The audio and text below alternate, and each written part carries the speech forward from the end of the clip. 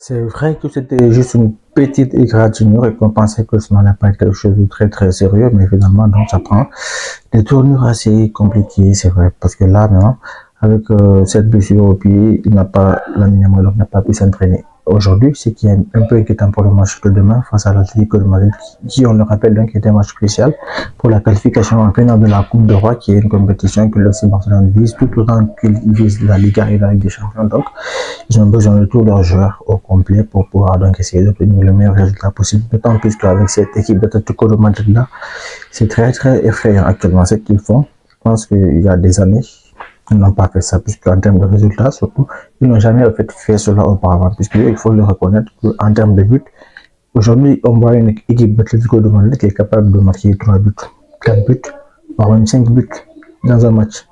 Ça, c'était du jamais vu depuis que Cholo est là, parce qu'il faut le reconnaître. Il est là depuis plus de 10 ans, mais ce qui est sûr, les performances offensives qu'ils font actuellement, c'est impressionnant. Il n'avait jamais fait cela auparavant.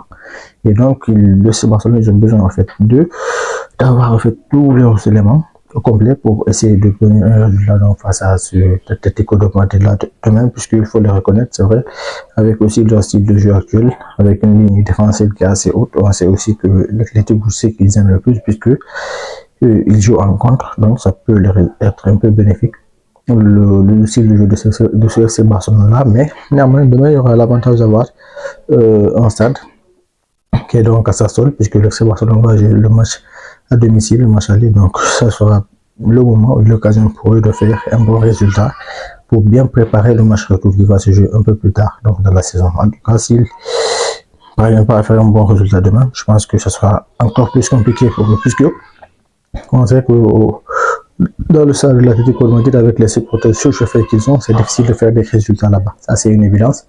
Donc, ils vont jouer toute leur carte demain. Il faut qu'ils fassent un bon résultat. Il faut qu'ils sortent vraiment le meilleur d'eux-mêmes pour essayer d'obtenir un bon résultat pour la suite. Parce qu'il faut le reconnaître, sans Lamine Yamal, au cours de ce début de saison, on a vu en fait à quoi ressemble ce FC Barcelone sans Lamine Yamal. Il y a des tâtonnements, il y a moins de créativité devant. Rafinha, il essaie, mais il faut le reconnaître, il n'a pas le talent de Lamine Yamal offensivement en termes de dribble haut. Ça, il n'a pas ce talent-là quand même. Ça, il faut le reconnaître. Donc, ce sera donc avec beaucoup d'attention que sera scruté donc le match de demain si Lamine Yamal parvient au moins à revenir ne serait-ce que pour la séance finale d'entraînement de demain, comme carrément, il pourra peut-être opter pour une passe de titulaire, même si ce n'est pas une passe de titulaire, mais probablement rentrer en cours de jeu pour essayer d'apporter donc des solutions. Même si on sait que ce Barça dans ce fil-là, c'est vrai, ils sont assez forts, ils s'appuient plus sur ce style de jeu-là.